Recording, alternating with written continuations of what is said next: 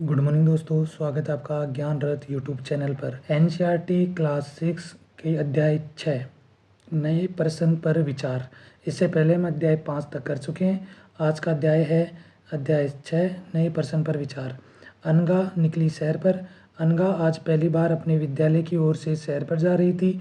इसके लिए उसने देर रात पुणे महाराष्ट्र से वाराणसी की ट्रेन पकड़ी। स्टेशन पर अनघा को छोड़ने आई उसकी मां ने अध्यापिका से कहा, बच्चों को बुद्ध के बारे में बताने के साथ साथ उन्हें सारनाथ दिखाने भी ले जाइएगा। बुद्ध की कहानी क्या है आखिर? तो बुद्ध की कहानी, बौद्ध धर्म के संस्थापक सिद्धार्थ थे। इन्हें ही बाद में बुद्ध के नाम से जाना गया। बौद्ध धर्म के संस्थापक सिद्धार्थ थे, जिन्हें गौतम के नाम से भी जाना जाता है। उनका जन्म लगभग 2500 वर्ष पूर्व हुआ। यह वह समय था जब लोगों के जीवन में तेजी से परिवर्तन हो रहे थे। जैसा कि तुमने अध्याय 5 में पढ़ा, यानी हमने अध्याय 5 में पढ़ा था कि लोगों के जीवन में किस प्रकार परिवर्तन हो रहे थे। महाजनपदों के कुछ राजा इस समय बहुत शक्तिशाली हो गए थे। हजारों सालों के बाद फिर से नगर उभर रहे थे। गांवों के जीवन में भी बदलाव आ रहा था, जिसका अध्ययन अध्याय 9 के अंदर करेंगे। बहुत से विचारक इन परिवर्तनों को समझने का प्रयास कर रहे थे। ये जीवन के सच्चे अर्थ को भी जानना चाह रहे थे। आखिर ये जीवन मिला क्यों है? इस जीवन का सच्चा अर्थ है क्या? इसको जानने की चाह रहे थे, इसको जानने की कोशिश कर रहे थे। बुद्ध क्षत्रिय थे तथा शाक्य नामक एक छोटे से गण से संबंधित थे। अर्थात बुद्ध थे वह क्षत्रिय थे और शाक्य नामक एक छोटे से गण से संबंधित थे। युवावस्था में ही ज्ञान की खोज में उन्होंने घर के सुखों को छोड़ दिया। अनेक वर्षों तक वे भ्रमण करते रहे तथा अन्य विचारकों से मिलकर चर्चा करते रहे। अंततः ज्ञान प्राप्ति के लिए उन्होंने स्वयं ही रास्ता ढूंढने का निश्चय किया। जब वे भ्रमण कर रहे थे, अन्य विचारकों से मिल रहे थे, उन्हें उस चीज़ जिससे कि वो प्राप्त करना चाहते थे, जीवन का सच्चा अर्थ, वह नहीं मिला। अंत में उन्होंने स्वयं ही निश्चय किया कि वह स्वयं ही इस सत्य को जानने के लिए प्रयास करेंगे। इसके लिए उन्होंने बोधगया बिहार में एक पीपल के नीचे कई दिनों तक तपस्या की। बोधगया बिहार में स्थित है, वहाँ पर एक पीपल है, उस पीपल पेड़ के नीचे उन्होंने तपस्या की।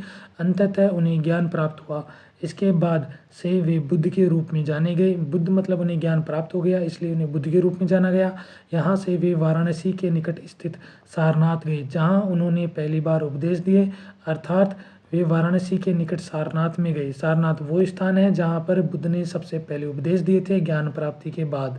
कुशीनारा में मृत्यु से पहले का शेष जीवन उन्होंने पैदल ही एक स्थान से दूसरे स्थान की यात्रा करने और लोगों को शिक्षा देने में व्यतीत किया था। बुद्ध की मृत्यु हुई थी वह कुशीनारा के अंदर हुई थी। उन्हें ज्ञान प्राप्त हुआ था बोधगया बिहार के अंदर। उन्होंने पहला उपदेश दिया था सारनाथ के अंदर। वे शाक्य कुल से संबंधित थे तथा क्षत्रिय थे। बुद्ध ने शिक्षा दी कि यह जीवन कष्टों और दुखों से भरा हुआ है और ऐसा हमारी इच्छा और लालसाओं जो हमेशा पूरी नहीं हो सकती के कारण होता है। बुद्ध ने यह शिक्षा दी कि जीवन है वह कष्टों और दुखों से भरा हुआ है और उसका कारण है इच्छा और लालसा। लालसाएं वो जो पूरी नहीं हो सकती हैं। एक लालसा पूरी होती है तो दूसरी पैदा हो जाती है, वो पूरी होती है तो अगली लालसा करने लगता है इंसान। इसलिए कभी कभी जो हम चाहते हैं वह प्राप्त कर लेने के बाद भी संतुष्ट नहीं होते हैं और अधिक अथवा अन्य वस्तुओं को पाने की इच्छा करने लगते हैं। बुद्ध ने इस लिप्सा को तहा यानी कि तृष्णा कहा। बुद्ध ने शिक्षा दी कि आत्म संयम अपनाकर हम ऐसी लालसा से मुक्ति पा सकते हैं। आत्म संयम से हम इन लालसाओं से मुक्ति पा सकते हैं और यही मुक्ति में ज्ञान की ओर प्रशस्त करेगी। उन्होंने लोगों को दयालु होने और मनुष्यों के साथ जानवरों के जीवन का भी आदर करने की शिक्षा दी। अर्थात दयालु रहना है और मनुष्यों के साथ साथ जानवरों के जीवन का भी आदर करना है। वे मानते थे कि हमारे कर्मों के परिणाम, चाहे वे अच्छे हों या बुरे, हमारे वर्तमान जीवन के साथ साथ बाद के जीवन को भी प्रभावित करते हैं। अर्थात जो कर्म करोगे उसका फल भोगना ही पड़ेगा। बुद्ध ने अपनी शिक्षा सामान्य लोगों की प्राकृत भाषा में दी। बुद्ध ने अपनी शिक्षा प्राकृत भाषा के अंदर दी थी, इससे सामान्य लोग भी उनके संदेश समझ सके। सारनाथ जहाँ परमात्मा बुद्ध ने सबसे पहले उपदेश दिए थे, इस स्मारक को स्तूप के नाम से जाना जाता है। सारनाथ स्तूप है, ये स्मारक है, इसे किस नाम से, तो स्तूप के नाम से जाना जाता है। यहीं पर बुद्ध ने अपना सर्वप्रथम उपदेश दिया था। इसी घटना की स्मृति में यहाँ स्तूप का निर्माण किया गया था। अध्याय 11 में हम इन स्तूपों के बारे में और अधिक पढ़ेंगे, देखेंगे वो क्या है। वेदों की रचना के लिए किस भाषा का प्रयोग हुआ था, तो वेदों की रचना के लिए हमने पढ़ा था कि संस्कृत, और वो भी प्राचीन संस्कृत भाषा का प्रयोग किया गया था। बुद्ध ने कहा कि लोग किसी शिक्षा को केवल इसलिए नहीं स्वीकार करें कि यह उनका उपदेश है, बल्कि वे उसे अपने विवेक से मापें। आओ देखो उन्होंने ऐसा किस प्रकार किया था। बुद्ध का कहना था कि कोई भी शिक्षा होती है वह केवल इसलिए नहीं माननी है कि किसी बड़े व्यक्ति ने या फिर मेरे जैसे किसी बुद्ध ने यह उपदेश दिया है, बल्कि उसे अपने जीवन के परिमापों पर मापना है, उसके आधार पर इसे स्वीकार किया जाए। किसा गौतमी की कहानी, यह बुद्ध के विषय में एक प्रसिद्ध कहानी है। एक समय की बात है, किसा गौतमी नामक एक स्त्री का पुत्र मर गया। इस बात से वह इतनी दुखी हुई कि वह अपने बच्चे को गोद लिए नगर की सड़कों पर घूम घूम कर लोगों से प्रार्थना करने लगी कि कोई उसके पुत्र को जीवित कर दे। एक भला व्यक्ति उसे बुद्ध के पास ले गया। बुद्ध ने कहा, मुझे एक मुट्ठी सरसों के बीज ला कर दो, मैं तुम्हारे पुत्र को जीवित कर दूंगा। किसा गौतमी बहुत प्रसन्न हुई, पर जैसे ही वह बीज लाने के लिए जाने लगी, तभी बुद्ध ने उसे रोका और कहा, ये बीज एक ऐसे घर से मांग कर लाओ जहाँ किसी की मृत्यु न हुई हो। किसा गौतमी एक दरवाजे से दूसरे दरवाजे गई, लेकिन वह जहाँ भी गई उसने पाया कि हर घर में किसी न किसी के पिता, माता, बहन, भाई, पति, पत्नी, बच्चे, चाचा, चाची, दादा, दादी की मृत्यु हुई थी। बुद्ध दुखी माँ को क्या शिक्षा देने का प्रयास कर रहे थे? बुद्ध दुखी माँ को यह शिक्षा देने का प्रयास कर रहे थे कि जीवन और मरण किसी के हाथ में नहीं है, और इस धरती पर जो पैदा हुआ है उसका इस धरती से जाना निश्चित है।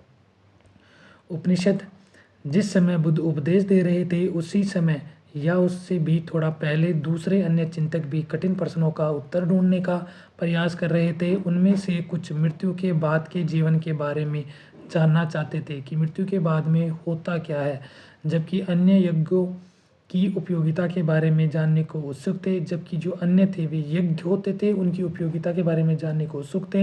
इनमें से अधिकांश चिंतकों का यह मानना था कि इस विश्व में कुछ तो ऐसा है जो कि स्थायी है और जो मृत्यु के बाद भी बचा रहता है। उन्होंने इसका वर्णन आत्मा अथवा ब्रह्म अथवा सार्वभौम आत्मा के रूप में किया। वे मानते थे कि अंततः आत्मा और ब्रह्म एक ही हैं, अर्थात मरने के बाद क्या होता है यह जानने के लिए वो प्रयत्न कर रहे थे। उनका मानना था कि मृत्यु के बाद भी कुछ है जो स्थायी रह जाता है, उसे आत्मा कहा जाता है, उसे आत्मा और ब्रह्म माना उन लोगों ने। ऐसे कई विचारों का संकलन उपनिषदों में हुआ।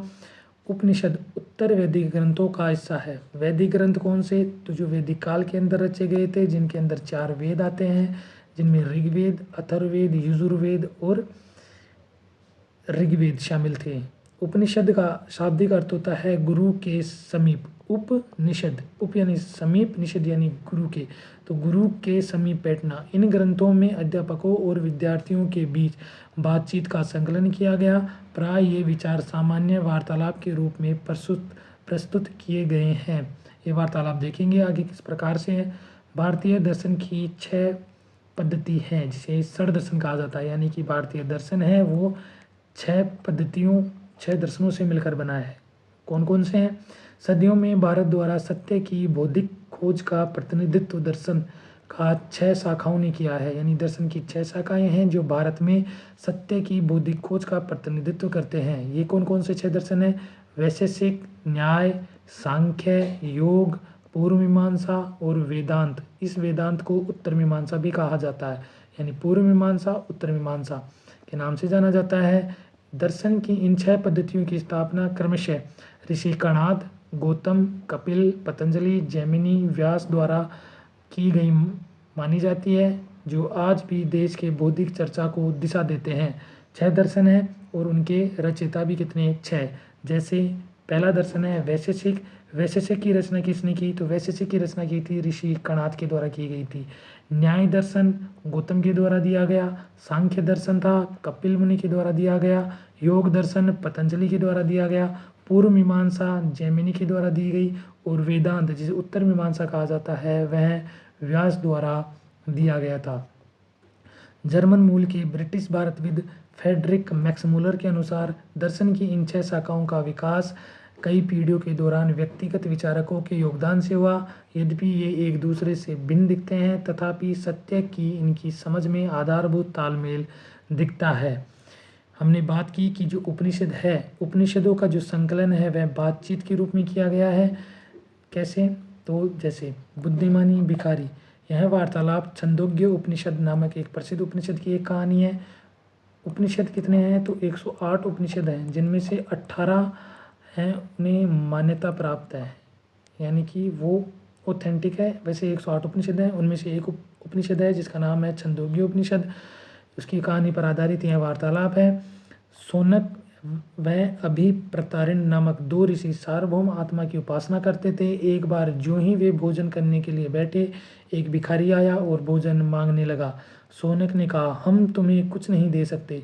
भिखारी ने पूछा, विद्वजन आप किसकी उपासना करते हैं? अभिप्रतारिण ने उत्तर दिया, सार्वभौम आत्मा की। ओहो, इसका मतलब आप यह जानते हैं कि सार्वभौम आत्मा संपूर्ण विश्व में विद्यमान है।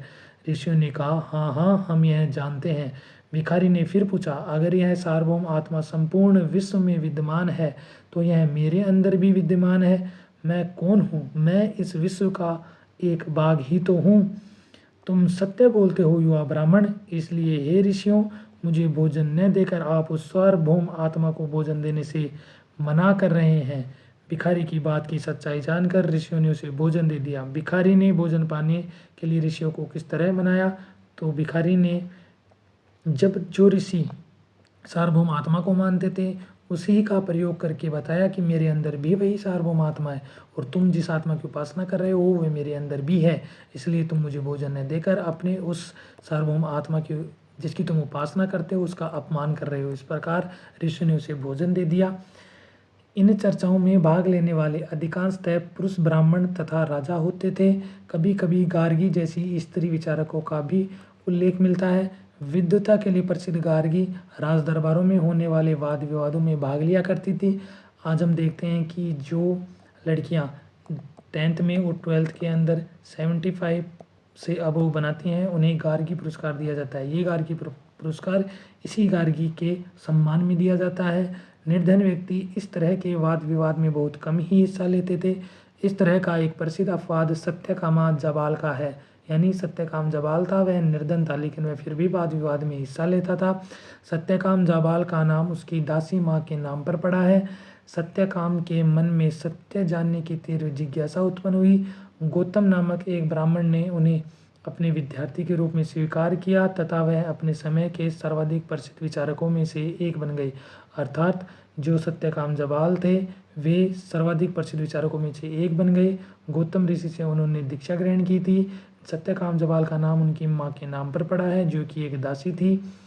उपनिषदों के कई विचारों का विकास बाद के प्रसिद्ध विचारक शंकराचार्य के द्वारा किया गया, जिनके बारे में हम कक्षा 7 में पढ़ेंगे। शंकराचार्य भी एक महान विचारक हुए थे। व्याकरणविद पाणिनि, इस युग में कुछ अन्य विद्वान भी खोज कर रहे थे। उन्हीं प्रसिद्ध विद्वानों में एक पाणिनि ने संस्कृत भाषा के व्याकरण की रचना की। आज जो व्याकरण हम संस्कृत या हिंदी के अंदर पढ़ते हैं उसके जन्मदाता पाणिनि हैं। उन्होंने स्वरों और व्यंजनों को एक विशेष क्रम में रखकर उनके आधार पर सूत्रों की रचना की। ये सूत्र बीजगणित के सूत्रों से काफ़ी मिलते जुलते हैं। इनका प्रयोग कर उन्होंने संस्कृत भाषा के प्रयोगों के नियम लघु सूत्रों, लगभग 3000 सूत्र हैं, उनके रूप में लिखे। जैन धर्म, इस युग में अर्थात 2500 वर्ष पूर्व जैन धर्म के 24वें तथा अंतिम तीर्थंकर वर्धमान महावीर ने भी अपने विचारों का प्रसार किया। अर्थात 2500 वर्ष पूर्व जैन धर्म के अंतिम तथा 24वें तीर्थंकर हुए वर्धमान महावीर, जिन्होंने अपने विचारों का प्रसार किया। जैन धर्म में कुल तीर्थंकर 24 हैं और अंतिम तीर्थंकर है वो हैं वर्धमान महावीर हैं। यह वज्जी संघ के लिच्छवी कुल के एक क्षत्रिय राजकुमार थे। अर्थात वर्धमान महावीर भी क्षत्रिय थे तथा वे वज्जी संघ के लिच्छवी कुल के क्षत्रिय थे। इस संघ के विषय में तुमने अध्याय 5 में पढ़ा था, हमने अध्याय 5 के अंदर पढ़ा था। 30 वर्ष की आयु में उन्होंने घर छोड़ दिया। वर्धमान महावीर ने 30 वर्ष की आयु में अपना घर छोड़ा था, जंगल में रहने लगे। 12 वर्ष तक उन्होंने कठिन एवं एकाकी जीवन व्यतीत किया। इसके बाद उन्हें ज्ञान प्राप्त हुआ, अर्थात 12 वर्ष उन्होंने तपस्या की थी। 30 वर्ष की आयु में उन्होंने घर छोड़ा था। वज्जी संघ से संबंधित थे तथा लिच्छवी गोत्र से संबंधित थे और क्षत्रिय थे। उनकी शिक्षा सरल थी। सत्य जानने की इच्छा रखने वाले प्रत्येक स्त्री व पुरुष को अपना घर छोड़ देना चाहिए। उन्हें अहिंसा के नियमों का कड़ाई से पालन करना चाहिए, अर्थात किसी भी जीव को नष्ट न तो कष्ट देना चाहिए और न ही उनकी हत्या करनी चाहिए। महावीर का कहना था, सभी जीव जीना चाहते हैं, सभी के लिए जीवन प्रिय है। महावीर ने अपनी शिक्षा प्राकृत भाषा में दी। बुद्ध ने भी अपनी भाषा प्राकृत भाषा में दी तथा महावीर ने भी अपनी भाषा प्राकृत भाषा में ही दी। यही कारण है कि साधारण जन भी उनके तथा उनके अनुयायियों की शिक्षाओं को समझ सके। देश के अलग अलग हिस्सों में प्राकृत के अलग अलग रूप प्रचलित थे। प्रचलन क्षेत्र के आधार पर ही उनके अलग अलग नाम थे। जैसे मगध में बोली जाने वाली प्राकृत मागधी कहलाती थी। प्राकृत भाषा एक थी लेकिन वह अलग अलग हिस्सों में बोली जाती थी, इसलिए उसके अलग अलग नाम थे। जैसे मगध में बोली जाने वाली को मागधी कहा जाता था, वह थी प्राकृत लेकिन वह मागधी थी। जैसे नाम से जाने गए महावीर के अनुयायियों को भोजन के लिए भिक्षा मांगकर सदा जीवन बिताना होता था, अर्थात जो महावीर के अनुयायी बने उन्हें जैन कहा गया। जैन धर्म की स्थापना हुई। भोजन के लिए भिक्षा मांगकर सदा जीवन बिताते थे।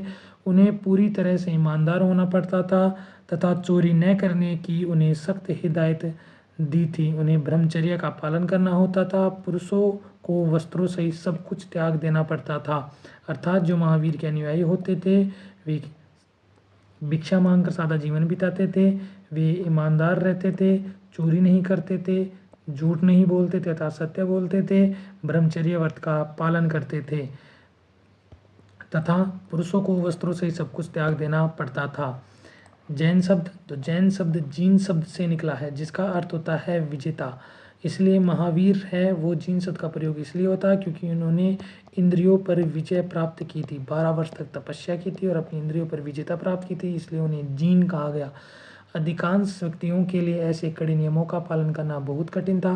फिर भी हजारों व्यक्तियों ने इस नई जीवन शैली को जानने और सीखने के लिए अपने घरों को छोड़ दिया। कई अपने घरों पर ही रहे और भिक्षुणी अर्थात भिक्षु और भिक्षुणी बने लोगों को भोजन प्रदान कर उनकी सहायता करते रहे। मुख्यतः व्यापारियों ने जैन धर्म का समर्थन किया। आज हम देखते हैं कि अधिकतर जो व्यापारी होते हैं वो जैन धर्म से संबंधित होते हैं। किसानों के लिए इन नियमों का पालन अत्यंत कठिन था क्योंकि फसल की रक्षा के लिए उन्हें कीड़े मकोड़ों को मारना पड़ता था। बाद की सदियों में जैन धर्म उत्तर भारत के कई हिस्सों के साथ साथ गुजरात, तमिलनाडु और कर्नाटक में भी फैल गया। महावीर तथा उनके अनुयायियों की शिक्षाएं कई शताब्दियों तक मौखिक रूप में ही रहीं, अर्थात उन्होंने जो उपदेश दिए थे वे मौखिक रूप में ही रही, उन्हें लिखा नहीं गया था। वर्तमान रूप में उपलब्ध जैन धर्म की शिक्षाएं लगभग 1500 वर्ष पूर्व गुजरात में वल्लभी नामक स्थान पर लिखी गई थी। वल्लभी नामक जो गुजरात के अंदर वल्लभी है वहाँ पर उनकी शिक्षाओं का संकलन किया गया 1500 वर्ष पूर्व, जबकि जो शिक्षाएं दी गई थी वह 2500 वर्ष पूर्व दी गई थी। हम मानचित्र 7 में पृष्ठ 105 को देखेंगे तो हमें वल्लभी नजर आएगा। संघ महावीर तथा बुद्ध दोनों का ही मानना था कि घर का त्याग करने पर ही सच्चे ज्ञान की प्राप्ति हो सकती है। ऐसे लोगों के लिए उन्होंने संघ नामक एक संगठन बनाया जहां घर का त्याग करने वाले लोग एक साथ रह सकते हैं। आज भी ज्ञान प्राप्त करने के लिए घर का त्याग ही किया जाता है। हम घर पर रहते हैं, उसके बाद हम तैयारी करने के लिए अपना घर छोड़कर बाहर जाते हैं। बाहर जहाँ रहते हैं वो होता है हमारा रूम, यानी कि रूम रेंट देते हैं। तो अकेले हम ही तो न रहते हैं उस मकान में, और भी तो रहते हैं। तो वो एक प्रकार का संगी है जहाँ पर अनेक विद्यार्थी रहते हैं, वो कमरों का किराया देकर रहते हैं। संघ में रहने वाले बौद्ध भिक्षुओं के लिए बनाए गए नियम विनय पिटक नामक ग्रंथ में मिलते हैं। ये विनय पिटक है, ये बौद्ध धर्म से संबंधित है, अर्थात बौद्ध धर्म के अंदर ही संघ की अधिक मान्यता है और उस बौद्ध धर्म के अंदर संघ में किस प्रकार रहा जाएगा उसके लिए भिक्षुओं को कुछ नियमों का पालन करना पड़ता था। ये जो नियम है ये विनय पिटक नामक ग्रंथ में लिखे गए हैं। विनय पिटक से हमें पता चलता है कि संघ में पुरुषों और स्त्रियों के रहने के लिए अलग अलग व्यवस्था थी। सभी व्यक्ति संघ में प्रवेश ले सकते थे, स्त्री और पुरुष दोनों ले सकते थे तथा दोनों अलग अलग रहते थे। हालांकि संघ में प्रवेश के लिए बच्चों को अपने माता पिता से, दासों को अपने स्वामी से, राजा के यहाँ काम करने वाले लोगों को राजा से तथा कर्जदारों को अपने देनदारों से अनुमति लेनी होती थी। अभी आप देखो कि कर्जदारों को अपने देनदारों से अनुमति लेनी होती थी। जो बच्चे होते थे माता पिता से ले रहे हैं, सही है। दास हैं अपने स्वामी से लेते हैं, सही है। राजा के यहाँ काम करने वाले लोगों को राजा से अनुमति लेनी होती थी। तथा इम्पोर्टेंट है कि कर्जदारों को अपने देनदारों से अनुमति लेनी होती थी। एक स्त्री को इसके लिए अपने पति से अनुमति लेनी होती थी। ये जो लाइन है, एक स्त्री को अपने पति से अनुमति लेनी होती थी, ये उस समय के पितृत्मक समाज को दर्शाता है कि पितृ समाज यानी कि जो पुरुष प्रधान समाज है उसकी वर्चस्व ज़्यादा था। संघ में प्रवेश लेने वाले स्त्री और पुरुष बहुत सादा जीवन जीते थे। वे अपना अधिकांश समय ध्यान करने में बिताते थे और दिन के एक निश्चित समय में वे शहरों और गांवों में जाकर भिक्षा मांगते थे। यही कारण है कि उन्हें भिक्खु भिक्षुणी अर्थात भिक्षु भिक्षुणी, साधु भिखारी के लिए प्राकृत शब्द है भिक्षुणी, तथा जो पुरुष होता था उसे भिक्खु कहा जाता था। इस भिक्खु को भिक्षु कहा जाता है। कहा गया वे आम लोगों को शिक्षा देते थे और साथ ही एक दूसरे की सहायता भी करते थे। किसी तरह की आपसी लड़ाई का निपटारा करने के लिए वे पराय बैठकें भी किया करते थे। संघ में प्रवेश लेने वालों में ब्राह्मण, क्षत्रिय, व्यापारी, मजदूर, नाई, गणिकाएं तथा दास शामिल थे। इनमें से कई लोगों ने बुद्ध की शिक्षाओं के विषय में लिखा और तथा कुछ लोगों ने संघ में अपने जीवन के विषय में सुंदर कविताओं की रचना की। पिछले अध्याय में वर्णित संघ और इस अध्याय में वर्णित संघ के बीच दो भिन्नताओं बताओ, इनमें कौन सी समानताएं दिखाई देती हैं। अध्याय 2 जो भिन्नताओं की बात करते हैं, तो पहले जो संघ हुआ करते थे वो संघ इस संघ से वर्णित। ये संघ तो घर छोड़कर जो ज्ञान प्राप्ति के लिए हैं वो संघ है। इस संघ के अंदर कुछ नियम होते थे। पहले जो संघ बना करते थे वो जन के लिए बना करते थे। विहार क्या होता है, तो उससे पहले पहाड़ी को काट कर बनाई गई एक गुफा है। ये जो गुफा दिखाई दे रही है ये पहाड़ी है तथा अंदर क्या बनाई गई है, एक बनाया गया है, एक संघ के रहने के स्थान बताया गया है। कार्ले वर्तमान महाराष्ट्र में है, स्थित एक गुफा है। भिक्खु भिक्षुणी इन शरण स्थलों में रहकर ध्यान किया करते थे। इन गुफाओं को काटकर इस प्रकार बनाया जाता था इसके अंदर बैठकर ध्यान किया जा सके। विहार जैन तथा बौद्ध भिक्षु पूरे साल एक स्थान से दूसरे स्थान घूमते हुए उपदेश दिया करते थे। केवल वर्षा ऋतु में जब यात्रा करना कठिन हो जाता था तो वे एक स्थान पर ही निवास करते थे। ऐसे समय में वे अनुयायियों द्वारा उद्यानों में बनाए गए अस्थायी निवासों में अथवा पहाड़ी क्षेत्रों की प्राकृतिक गुफाओं में रहते थे। यानी कि पूरे साल वे एक स्थान से दूसरे स्थान घूमते थे। वर्षा ऋतु के अंदर ही वे एक स्थान पर ठहरते थे और ठहरते थे तो अपने जो अनुयायी हैं उनके द्वारा जो गुफाएं बनाई जाती थी, गुफाओं को काटकर जो शरण स्थल बनाए जाते थे उनमें रहा करते थे। कुछ बगीचे में कोई कुटिया बनाई जाती थी उसमें रहा करते थे। अन्यथा वे पूरे साल घूम घूम कर उपदेश ही दिया करते थे।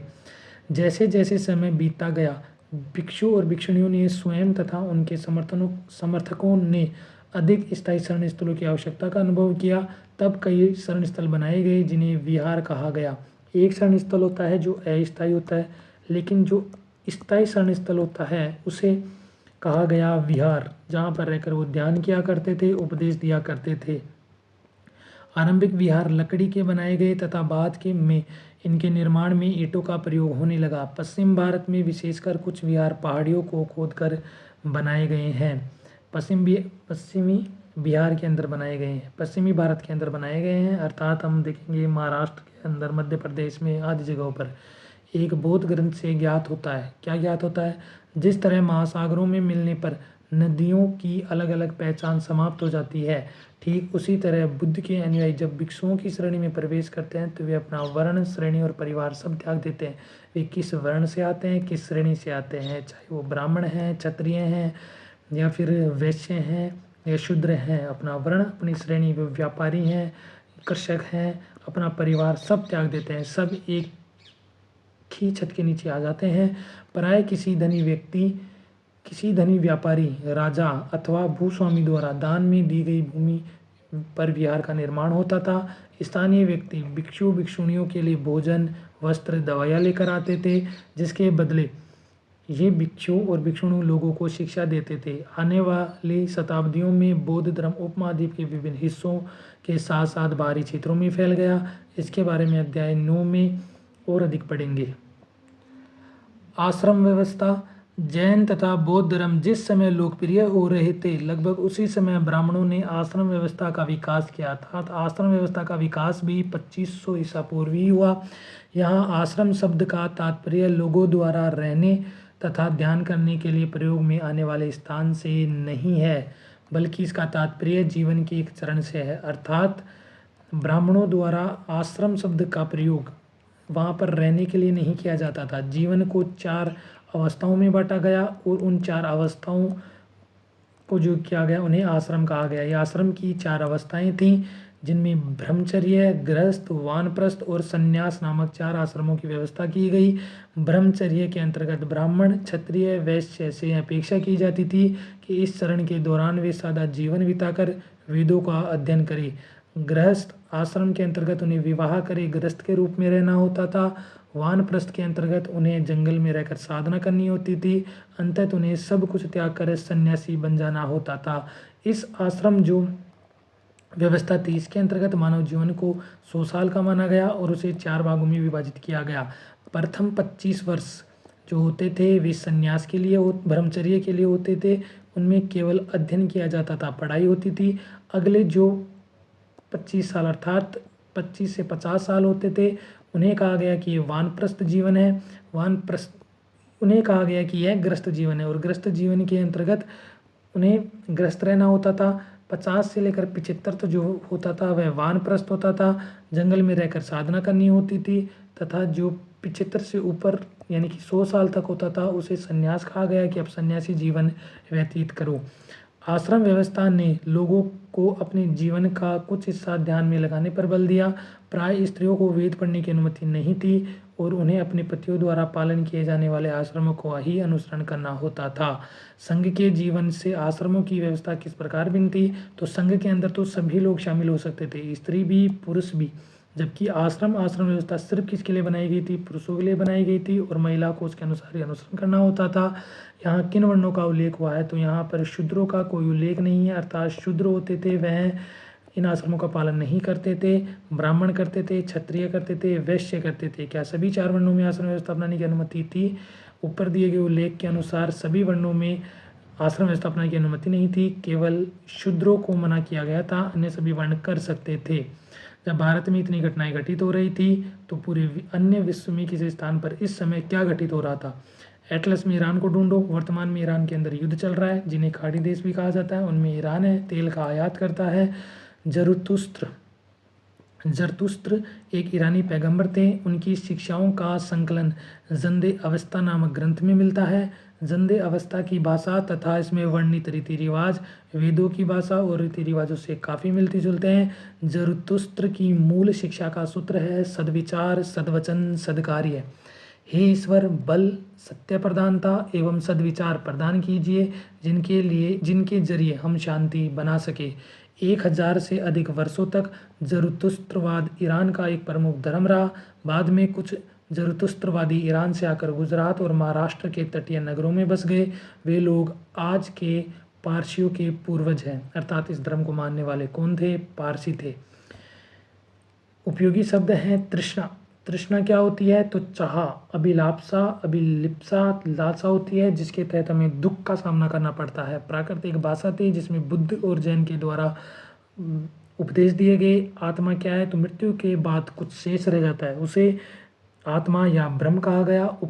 उपनिषद है वो ब्राह्मण धर्म जो संबंधित है उससे संबंधित ज्ञान को बताते हैं।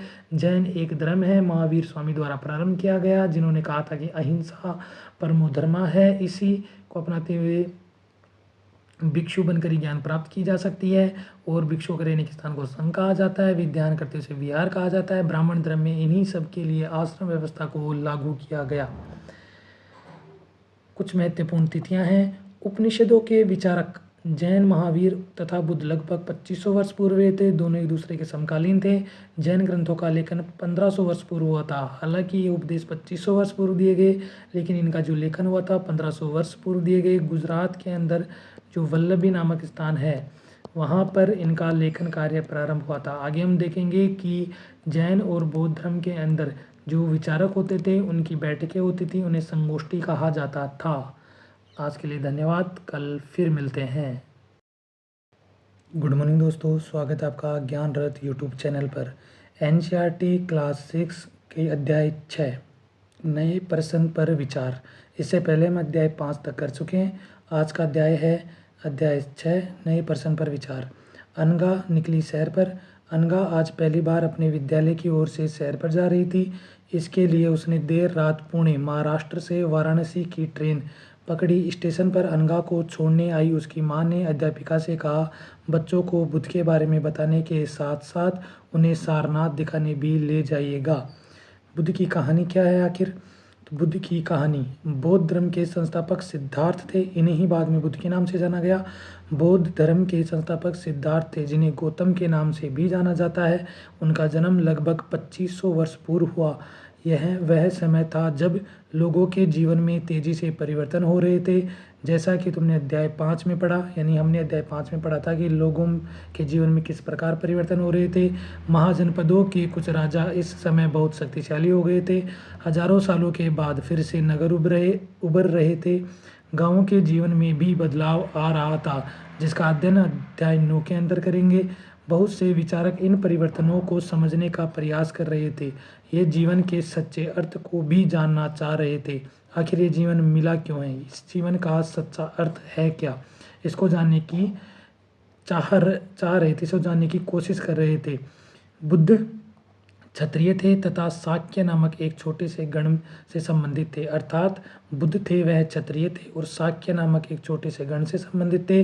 युवावस्था में ही ज्ञान की खोज में उन्होंने घर के सुखों को छोड़ दिया। अनेक वर्षों तक वे भ्रमण करते रहे तथा अन्य विचारकों से मिलकर चर्चा करते रहे।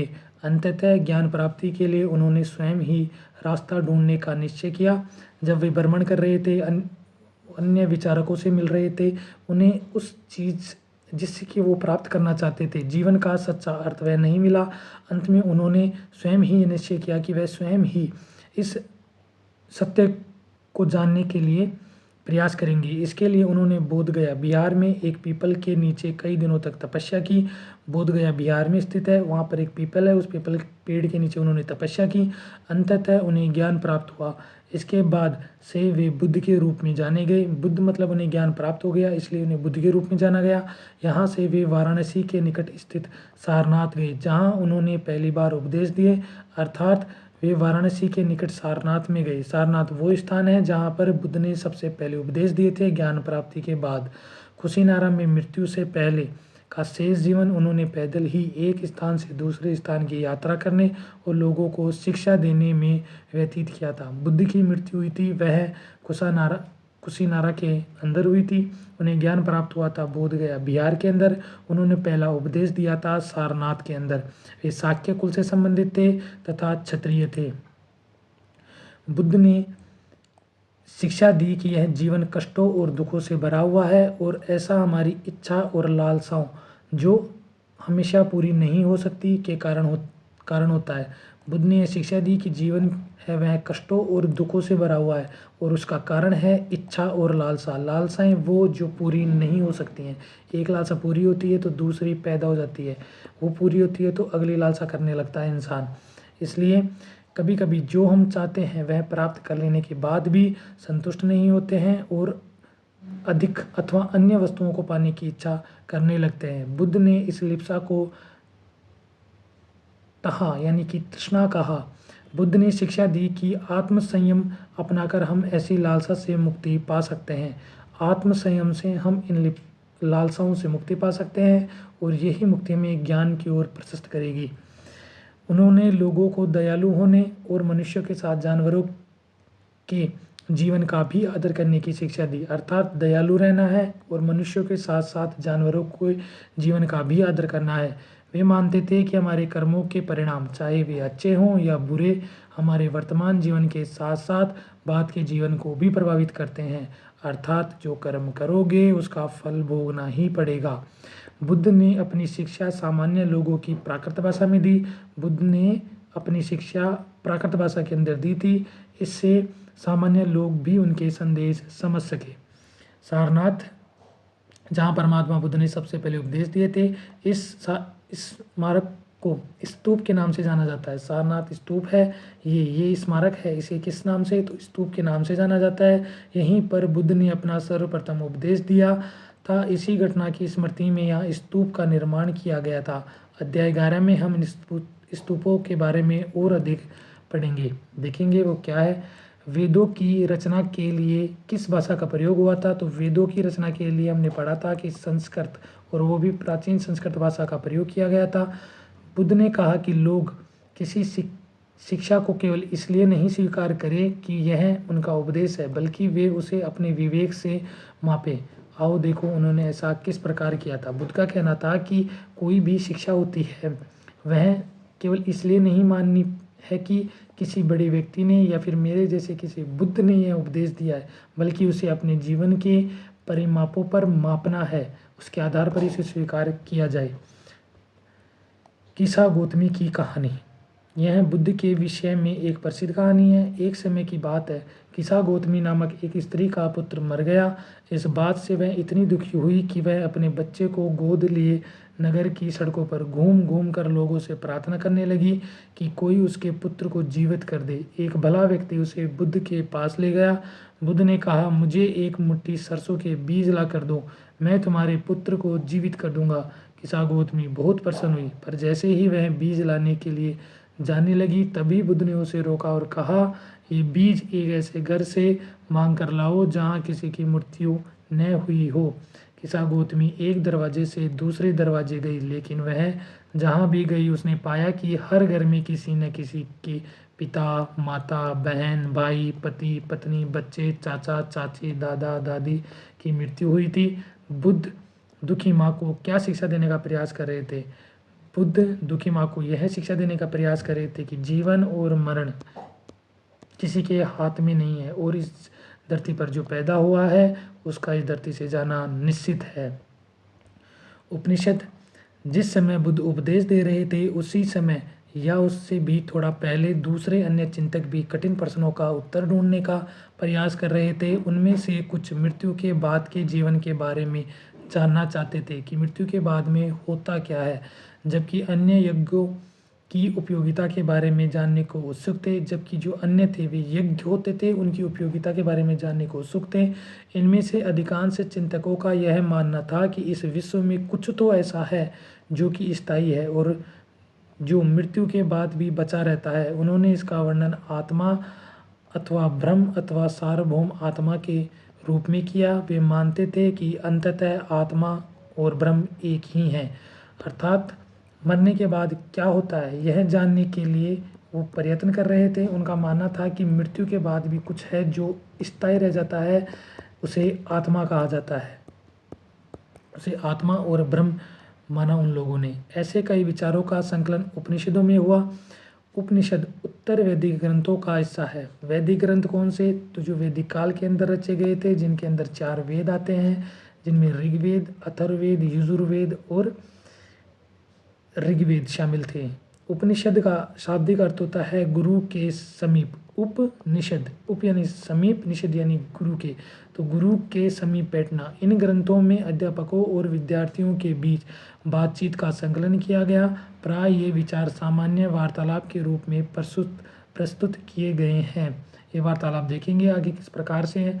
भारतीय दर्शन की 6 पद्धति हैं, जिसे षड दर्शन कहा जाता है। यानी कि भारतीय दर्शन है वो 6 दर्शनों से मिलकर बना है। कौन कौन से हैं? सदियों में भारत द्वारा सत्य की बौद्धिक खोज का प्रतिनिधित्व दर्शन का 6 शाखाओं ने किया है। यानी दर्शन की 6 शाखाएं हैं जो भारत में सत्य की बौद्धिक खोज का प्रतिनिधित्व करते हैं। ये कौन कौन से 6 दर्शन हैं? वैशेषिक, न्याय, सांख्य, योग, पूर्व मीमांसा और वेदांत। इस वेदांत को उत्तर मीमांसा भी कहा जाता है। यानी पूर्व मीमांसा, उत्तर मीमांसा के नाम से जाना जाता है। दर्शन की इन 6 पद्धतियों की स्थापना क्रमशः ऋषि कणाद, गौतम, कपिल, पतंजलि, जैमिनी, व्यास द्वारा की गई मानी जाती है, जो आज भी देश के बौद्धिक चर्चा को दिशा देते हैं। 6 दर्शन हैं और उनके रचयिता भी कितने? 6। जैसे पहला दर्शन है वैशेषिक। वैशेषिक की रचना किसने की? तो वैशेषिक की रचना की थी ऋषि कणाद के द्वारा की गई थी। न्याय दर्शन गौतम के द्वारा दिया गया। सांख्य दर्शन था कपिल मुनि के द्वारा दिया गया। योग दर्शन पतंजलि के द्वारा दिया गया। पूर्व मीमांसा जैमिनी के द्वारा दी गई। और वेदांत जिसे उत्तर मीमांसा कहा जाता है वह व्यास द्वारा दिया गया था। जर्मन मूल के ब्रिटिश भारतविद फ्रेडरिक मैक्समूलर के अनुसार दर्शन की इन 6 शाखाओं का विकास कई पीढ़ियों के दौरान व्यक्तिगत विचारकों के योगदान से हुआ। यद्यपि ये एक दूसरे से भिन्न दिखते हैं तथापि सत्य की इनकी समझ में आधारभूत तालमेल दिखता है। हमने बात की कि जो उपनिषद है, उपनिषदों का जो संकलन है वह बातचीत के रूप में किया गया है। कैसे? तो जैसे बुद्धिमानी भिखारी, यह वार्तालाप छंदोग्य उपनिषद नामक एक प्रसिद्ध उपनिषद की एक कहानी है। उपनिषद कितने हैं? तो 108 उपनिषद हैं, जिनमें से 18 हैं उन्हें मान्यता प्राप्त है, यानी कि वो ऑथेंटिक है। वैसे 108 उपनिषद हैं, उनमें से एक उपनिषद है जिसका नाम है छंदोग्य उपनिषद। उसकी कहानी पर आधारित यह वार्तालाप है। सोनक व अभिप्रतारिण नामक 2 ऋषि सार्वभौम आत्मा की उपासना करते थे। एक बार ज्यों ही वे भोजन करने के लिए बैठे, एक भिखारी आया और भोजन मांगने लगा। सोनक ने कहा, हम तुम्हें कुछ नहीं दे सकते। भिखारी ने पूछा, विद्वजन आप किसकी उपासना करते हैं? अभिप्रतारिण ने उत्तर दिया, सार्वभौम आत्मा की। ओहो, इसका मतलब आप यह जानते हैं कि सार्वभौम आत्मा संपूर्ण विश्व में विद्यमान है। ऋषियों ने कहा, हाँ हाँ, हम यह जानते हैं। भिखारी ने फिर पूछा, अगर यह सार्वभौम आत्मा संपूर्ण विश्व में विद्यमान है तो यह मेरे अंदर भी विद्यमान है। मैं कौन हूँ? मैं इस विश्व का एक भाग ही तो हूँ। तुम सत्य बोलते हो युवा ब्राह्मण, इसलिए हे ऋषियों, मुझे भोजन न देकर आप उस सार्वभौम आत्मा को भोजन देने से मना कर रहे हैं। भिखारी की बात की सच्चाई जानकर ऋषियों ने उसे भोजन दे दिया। भिखारी ने भोजन पाने के लिए ऋषियों को किस तरह मनाया? तो भिखारी ने, जब जो ऋषि सार्वभौम आत्मा को मानते थे, उसी का प्रयोग करके बताया कि मेरे अंदर भी वही सार्वभौम आत्मा है और तुम जिस आत्मा की उपासना कर रहे हो वह मेरे अंदर भी है, इसलिए तुम मुझे भोजन न देकर अपने उस सार्वभौम आत्मा की जिसकी तुम उपासना करते हो उसका अपमान कर रहे हो। इस प्रकार ऋषि ने उसे भोजन दे दिया। इन चर्चाओं में भाग लेने वाले अधिकांशतः पुरुष ब्राह्मण तथा राजा होते थे। कभी कभी गार्गी जैसी स्त्री विचारकों का भी उल्लेख मिलता है। विद्वता के लिए प्रसिद्ध गार्गी राज दरबारों में होने वाले वाद विवादों में भाग लिया करती थी।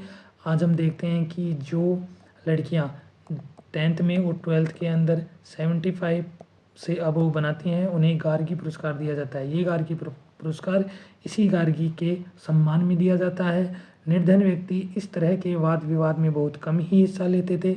इस तरह का एक प्रसिद्ध अपवाद सत्यकामा जबाल का है, यानी सत्यकाम जबाल था, वह निर्धन था लेकिन वह फिर भी वाद विवाद में हिस्सा लेता था।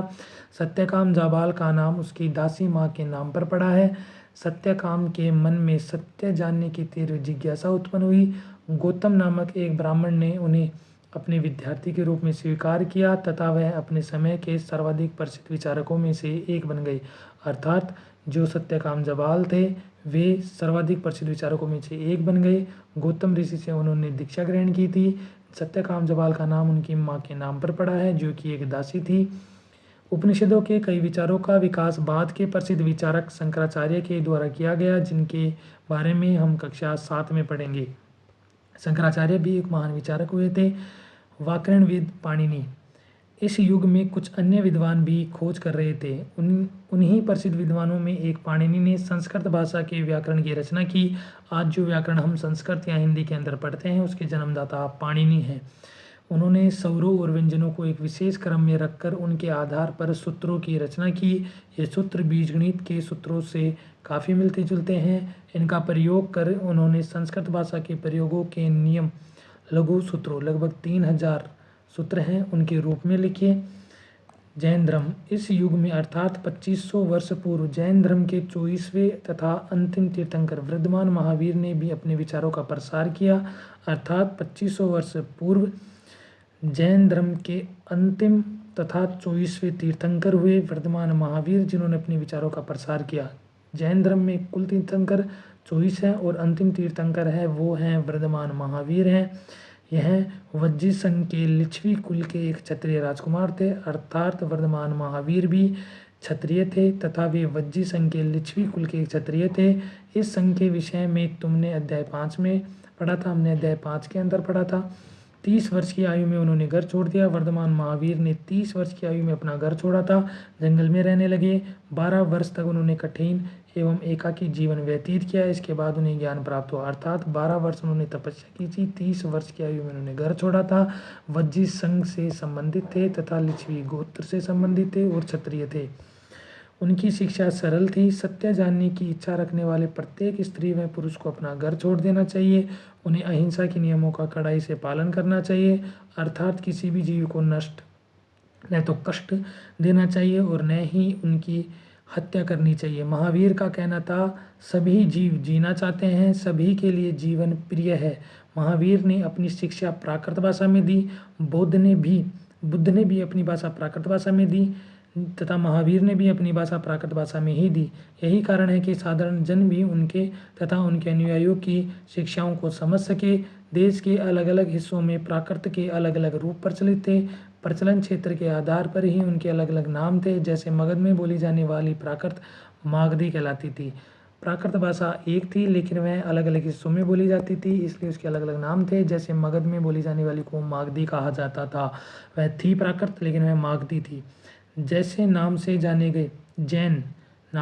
जाने गए महावीर के अनुयायियों को भोजन के लिए भिक्षा मांगकर सदा जीवन बिताना होता था, अर्थात जो महावीर के अनुयायी बने उन्हें जैन कहा गया। जैन धर्म की स्थापना हुई। भोजन के लिए भिक्षा मांगकर सदा जीवन बिताते थे।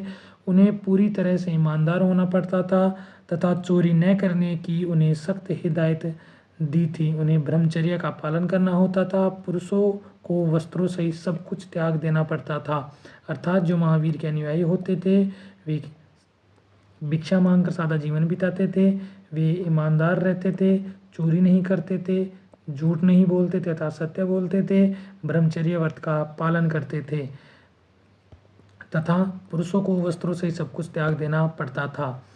जैन शब्द जीन शब्द से निकला है जिसका अर्थ होता है विजेता। इसलिए महावीर है वो जीन शब्द का प्रयोग इसलिए होता है क्योंकि उन्होंने इंद्रियों पर विजय प्राप्त की थी। 12 वर्ष तक तपस्या की थी और अपनी इंद्रियों पर विजेता प्राप्त की थी, इसलिए उन्हें जीन कहा गया। अधिकांश व्यक्तियों के लिए ऐसे कड़े नियमों का पालन करना बहुत कठिन था। फिर भी हजारों व्यक्तियों ने इस नई जीवन शैली को जानने और सीखने के लिए अपने घरों को छोड़ दिया। कई अपने घरों पर ही रहे और भिक्षुणी अर्थात भिक्षु और भिक्षुणी बने लोगों को भोजन प्रदान कर उनकी सहायता करते रहे।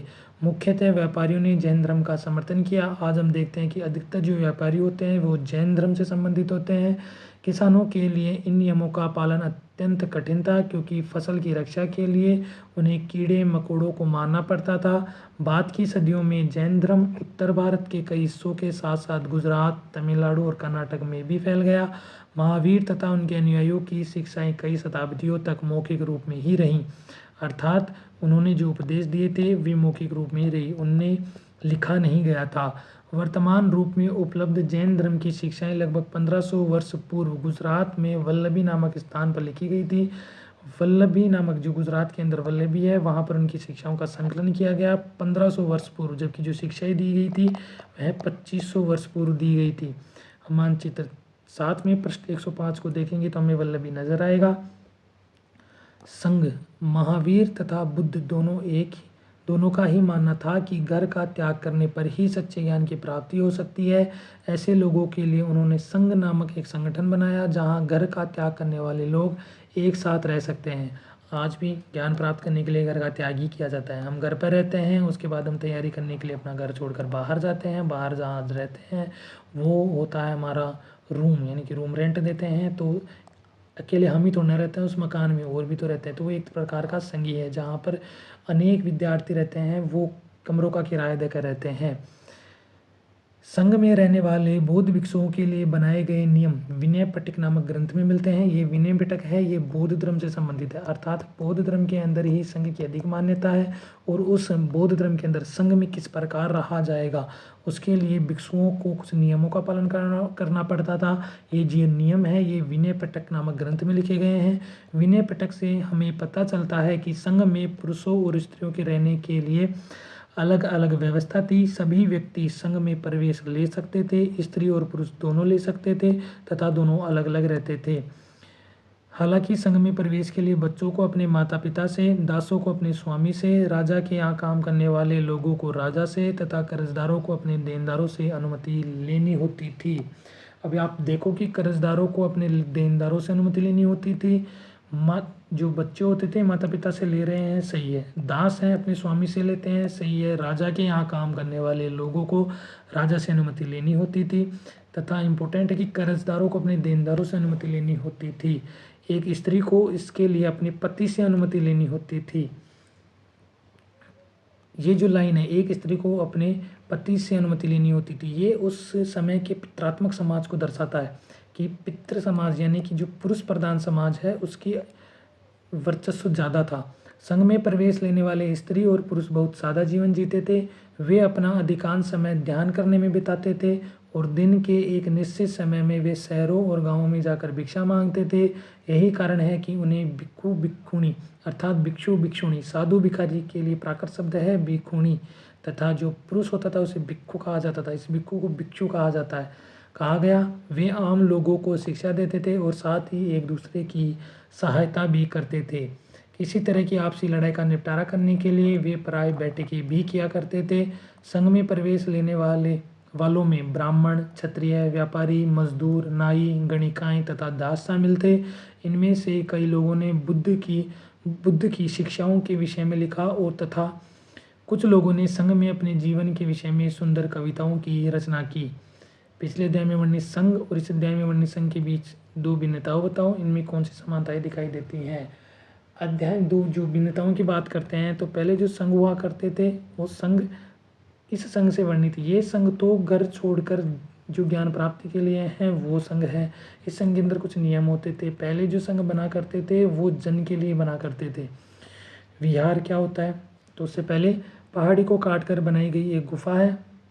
ये जो गुफा दिखाई दे रही है ये पहाड़ी है तथा अंदर क्या बनाई गई है, बनाया गया है एक संघ के रहने के स्थान बताया गया है। कार्ले वर्तमान महाराष्ट्र में है, स्थित एक गुफा है। भिक्खु भिक्षुणी इन शरण स्थलों में रहकर ध्यान किया करते थे। इन गुफाओं को काटकर इस प्रकार बनाया जाता था इसके अंदर बैठकर ध्यान किया जा सके। विहार जैन तथा बौद्ध भिक्षु पूरे साल एक स्थान से दूसरे स्थान घूमते हुए उपदेश दिया करते थे। केवल वर्षा ऋतु में जब यात्रा करना कठिन हो जाता था तो वे एक स्थान पर ही निवास करते थे। ऐसे समय में वे अनुयायियों द्वारा उद्यानों में बनाए गए अस्थायी निवासों में अथवा पहाड़ी क्षेत्रों की प्राकृतिक गुफाओं में रहते थे। यानी कि पूरे साल वे एक स्थान से दूसरे स्थान घूमते थे। वर्षा ऋतु के अंदर ही वे एक स्थान पर ठहरते थे और ठहरते थे तो अपने जो अनुयायी हैं उनके द्वारा जो गुफाएं बनाई जाती थी, गुफाओं को काटकर जो शरण स्थल बनाए जाते थे उनमें रहा करते थे। कुछ बगीचे में कोई कुटिया बनाई जाती थी उसमें रहा करते थे। अन्यथा वे पूरे साल घूम कर उपदेश ही दिया करते थे। जैसे जैसे समय बीतता गया भिक्षु और भिक्षुणियों ने स्वयं तथा उनके समर्थकों ने अधिक स्थायी शरण स्थलों की आवश्यकता का अनुभव किया। तब कई शरण स्थल बनाए गए जिन्हें विहार कहा गया। एक शरण स्थल होता है जो अस्थायी होता है, लेकिन जो स्थायी शरण स्थल होता है उसे कहा गया विहार, जहाँ पर रहकर वो ध्यान किया करते थे, उपदेश दिया करते थे। आरंभिक विहार लकड़ी के बनाए गए तथा बाद के में इनके निर्माण में ईंटों का प्रयोग होने लगा। पश्चिम भारत में विशेषकर कुछ विहार पहाड़ियों को खोदकर बनाए गए हैं। पश्चिमी बिहार के अंदर बनाए गए हैं, पश्चिमी भारत के अंदर बनाए गए हैं। अर्थात हम देखेंगे महाराष्ट्र के अंदर, मध्य प्रदेश में आदि जगहों पर एक बौद्ध ग्रंथ से ज्ञात होता है। क्या ज्ञात होता है? जिस तरह महासागरों में मिलने पर नदियों की अलग अलग पहचान समाप्त हो जाती है, ठीक उसी तरह बुद्ध के अनुयायी जब भिक्षुओं की श्रेणी में प्रवेश करते हैं तो वे अपना वर्ण, श्रेणी और परिवार सब त्याग देते हैं। वे किस वर्ण से आते हैं, किस श्रेणी से आते हैं, चाहे वो ब्राह्मण हैं, क्षत्रिय हैं या फिर वैश्य हैं या शूद्र हैं, अपना वर्ण, अपनी श्रेणी, वे व्यापारी हैं, कृषक हैं, अपना परिवार सब त्याग देते हैं। सब एक ही छत के नीचे आ जाते हैं। पराये किसी धनी व्यापारी, राजा अथवा भूस्वामी द्वारा दान में दी गई भूमि पर विहार का निर्माण होता था। स्थानीय व्यक्ति भिक्षु भिक्षुणियों के लिए भोजन, वस्त्र, दवाइयाँ लेकर आते थे, जिसके बदले ये भिक्षु और भिक्षुणी लोगों को शिक्षा देते थे। आने वाली शताब्दियों में बौद्ध धर्म उपमहाद्वीप के विभिन्न हिस्सों के साथ साथ बाहरी क्षेत्रों में फैल गया। इसके बारे में अध्याय 9 में और अधिक पढ़ेंगे। आश्रम व्यवस्था। जैन तथा बौद्ध धर्म जिस समय लोकप्रिय हो रहे थे, लगभग उसी समय ब्राह्मणों ने आश्रम व्यवस्था का विकास किया। अर्थात आश्रम व्यवस्था का विकास भी 2500 ईसा पूर्व ही हुआ।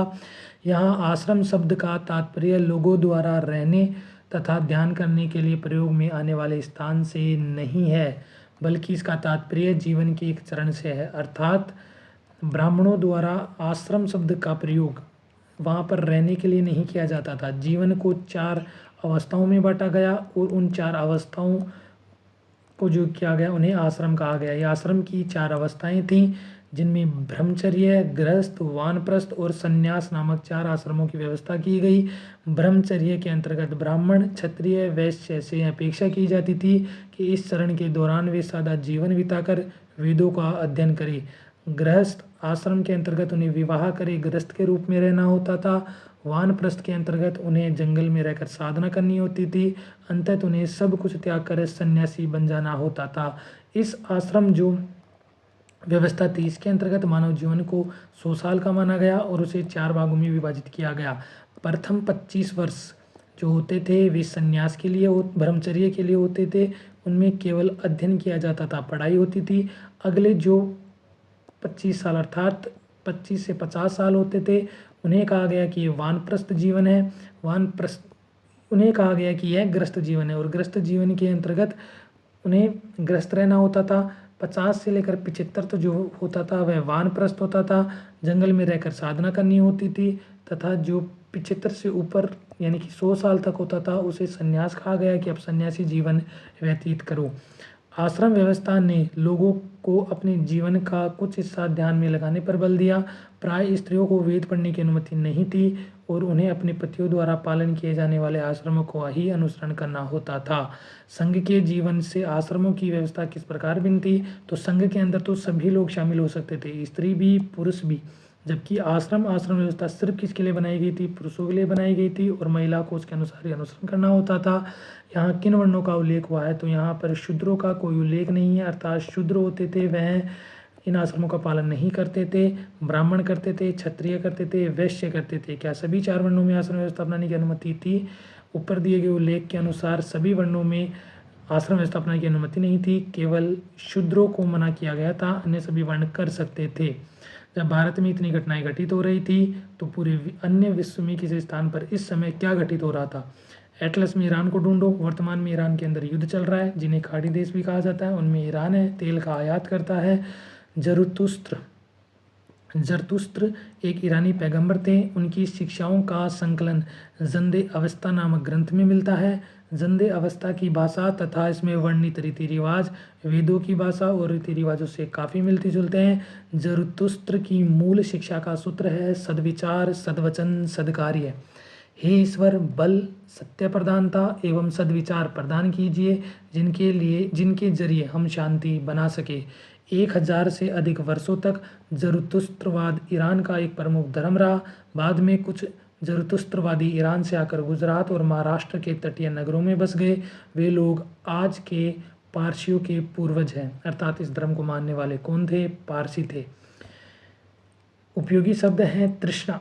तृष्णा क्या होती है? तो चाह, अभिलिप्सा, लालसा होती है, जिसके तहत हमें दुख का सामना करना पड़ता है। प्राकृतिक भाषा थी जिसमें बुद्ध और जैन के द्वारा उपदेश दिए गए। आत्मा क्या है? तो मृत्यु के बाद कुछ शेष रह जाता है, उसे आत्मा या ब्रह्म कहा गया। उपनिषद है वो ब्राह्मण धर्म जो संबंधित है उससे संबंधित ज्ञान को बताते हैं। जैन एक धर्म है महावीर स्वामी द्वारा प्रारंभ किया गया, जिन्होंने कहा था कि अहिंसा परमो धर्मा है। इसी को अपनाते हुए भिक्षु बनकर ही ज्ञान प्राप्त की जा सकती है और भिक्षु के रहने के स्थान को संघ कहा जाता है। विद्यान करते उसे विहार कहा जाता है। ब्राह्मण धर्म में इन्हीं सब के लिए आश्रम व्यवस्था को लागू किया गया। कुछ महत्वपूर्ण तिथियां हैं। उपनिषदों के विचारक जैन महावीर तथा बुद्ध लगभग 2500 वर्ष पूर्व थे, दोनों एक दूसरे के समकालीन थे। जैन ग्रंथों का लेखन 1500 वर्ष पूर्व हुआ था। हालांकि ये उपदेश 2500 वर्ष पूर्व दिए गए, लेकिन इनका जो लेखन हुआ था 1500 वर्ष पूर्व दिए गए। गुजरात के अंदर जो वल्लभी नामक स्थान है वहाँ पर इनका लेखन कार्य प्रारंभ हुआ था। आगे हम देखेंगे कि जैन और बौद्ध धर्म के अंदर जो विचारक होते थे उनकी बैठकें होती थी, उन्हें संगोष्ठी कहा जाता था। आज के लिए धन्यवाद, कल फिर मिलते हैं।